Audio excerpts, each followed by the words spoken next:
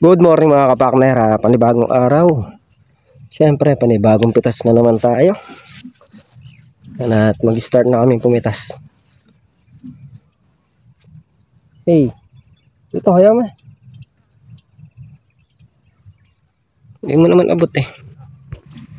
Yan mga kapakner, at start na sa pagpitas ng upo.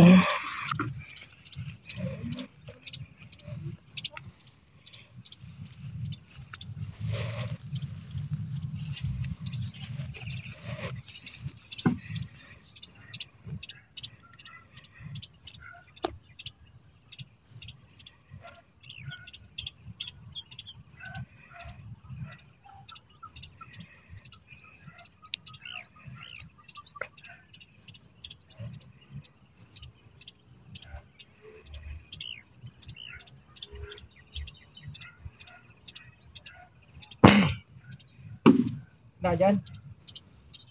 Ha? Wala. Ay, meron dito. Ha? Meron ata dito. Nabigit na ako sa kabila.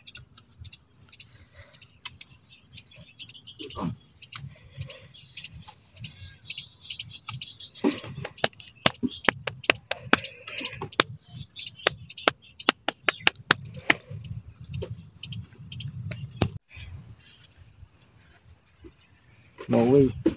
No way.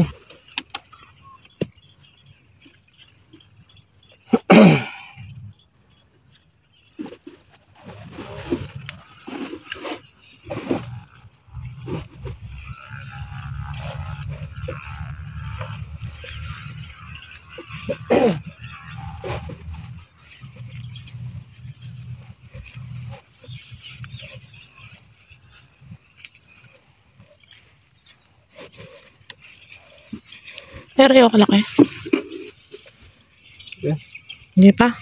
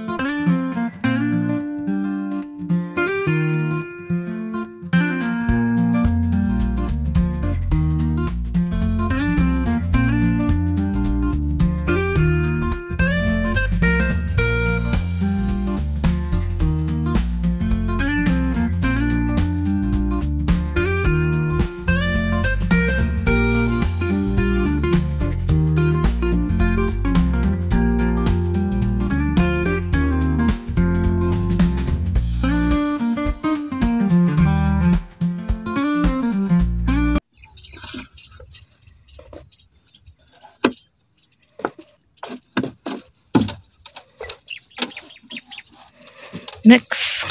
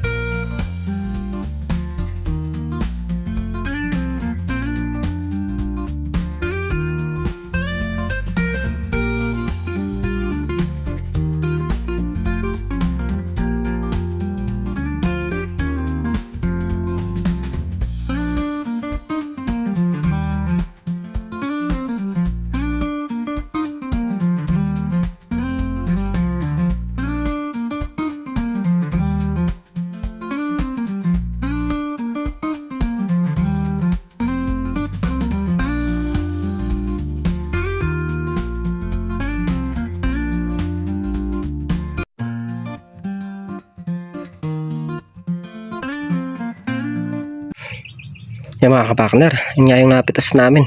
Atras 2468. Ilan na ba? 24689. Ilan yung good? 3. 12. Ilan yung nasa likod mo? Segundo to. Ilan yan? Dalawa. O 14 bundle. Laki ng inatras. Galing sa 43. Marami siya, alanganin eh. Hindi namin sinagad mga kapakner.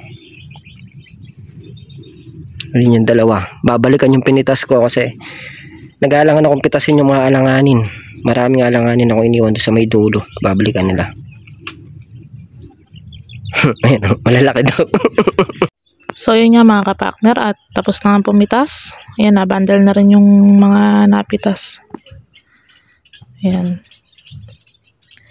Tapos nagluto tayo ng sinigang na makarel. Ito. Sinigang na makarel mga kapakner. Ngayon lang ulit tayo nakapagluto nito. Ayan, oh. Tapos kumuha lang tayo ng talbos ng kamote dito sa may gilid. Ayan, luto na yan. Set na yung sinaing natin. Mamaya kakain na yung mga yan.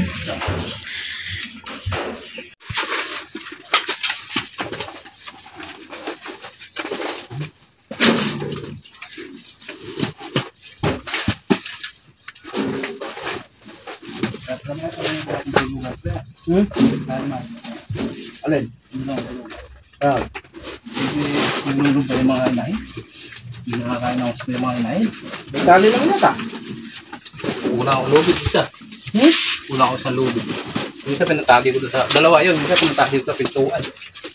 Nakakila nagkakatikla. Nakandala na ganon. Nakatanggal yung pako. Wala akong isang lubid. Hindi niluluban yung dalawang inahin na wala. Ilan na ba yan? Yung dalawang parakong mga na. Pag naitali isa nun. Hindi na magluloko. 18. Natali na. 18-4 pala eh. Kaya pala pagagawa ko na lang. Saan ba to, Jero? No. Kasama ka? Panay yun na lang ano eh. Ano tugay eh. Kaya masanay lang sa ano. Bilangan mo, 18-4 yata. 18 pa nga.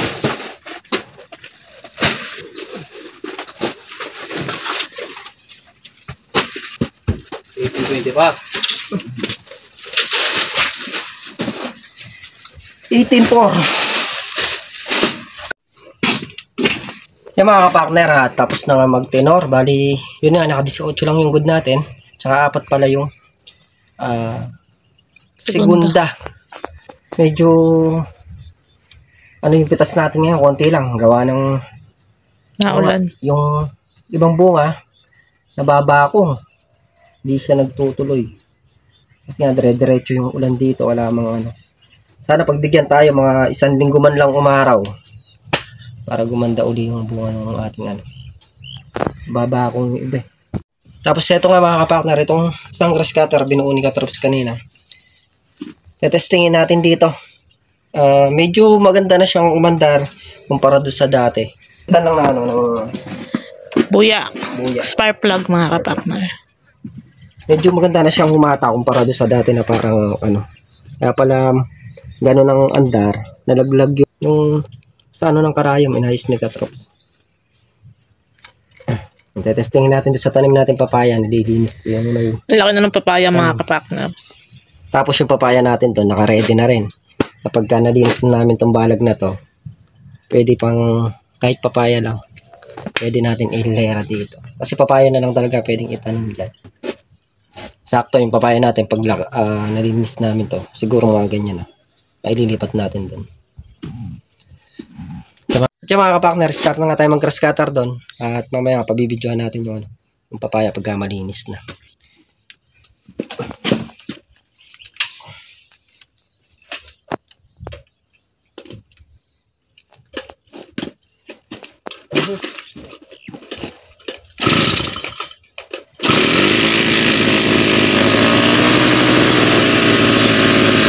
Oh, di ba?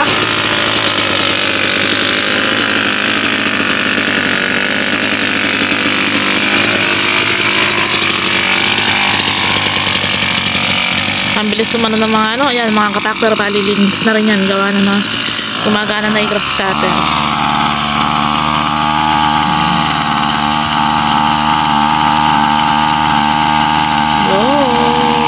Thank you Lord. Grass cutter na niya yung nandun sa may papaya. Ito napakakapal ng damo.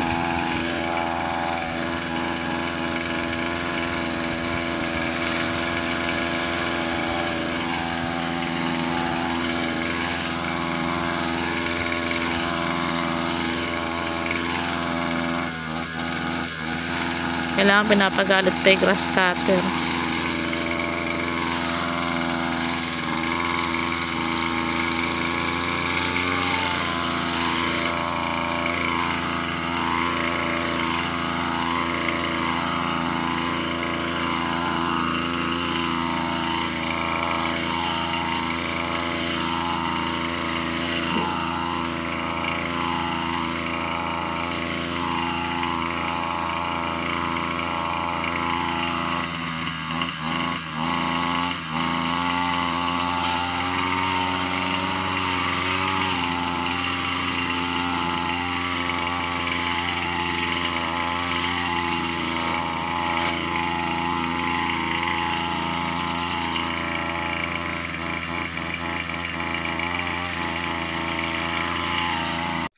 Yung mga kapartner at minto na nga tayo sa pag-grass cutter. Tinesting natin dun sa makapal yung grass cutter.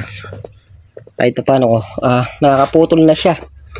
Ano na lang daw yung ano nun sa Gasolina. kumbaga yung pagka naubos yung sa gas na yon, kasi nga sa tuti. Pabili pa tayong gas kay paring Carlo. Bukas na tayo makapag-grass cutter uli niyan. Inubos ko lang yung gas nung ano, yung laman nung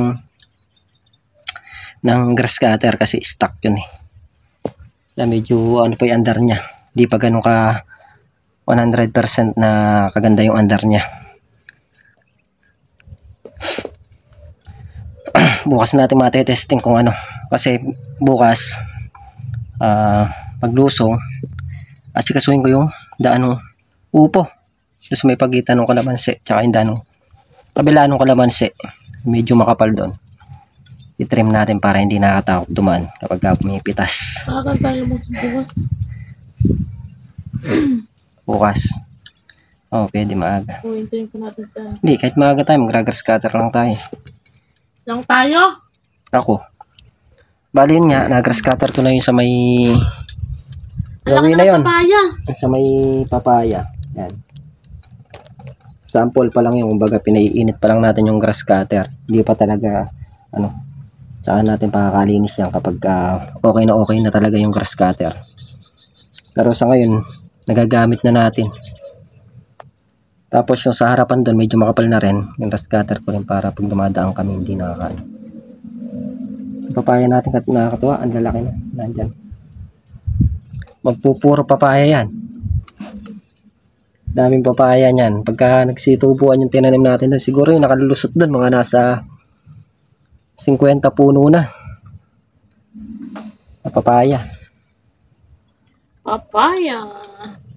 Sakto. Pwede naman magtanim dito sa may ano, sa may kalamansi kasi yun na lang talaga ang pwedeng tanim doon. Wala nang iba. Kasi dumidikit na yung puno ng kalamansi sa balag. Kaya tatanggalin na talaga namin tong balag. Yung ibang balag na yung mga kapartner, batangan, nakasalo na yung kalamansing gano'n, nakasalampak na dahil malalaki na. Pagka natanggal na makikita yung ganda ng ano niyan, yung kalamansi. Makikita na talaga kung yung pagka nalinis siya, nalinis ng gusto, natanggal yung mga balag na yan. Ang ganda ng kalamansi. Iba yung ganda niya ngayon mga kapartner. Maganda yung kalamansi dito. Kaya mga kapartner, pahinga nga lang tayong konti. Mamaya-maya kami sisibat na. Kapartner, yan nga yung ganapan ngayong araw muli po. Thank you po sa suporta. Tiwala, lagi po mag-iingat ang lahat and God bless. Bye-bye.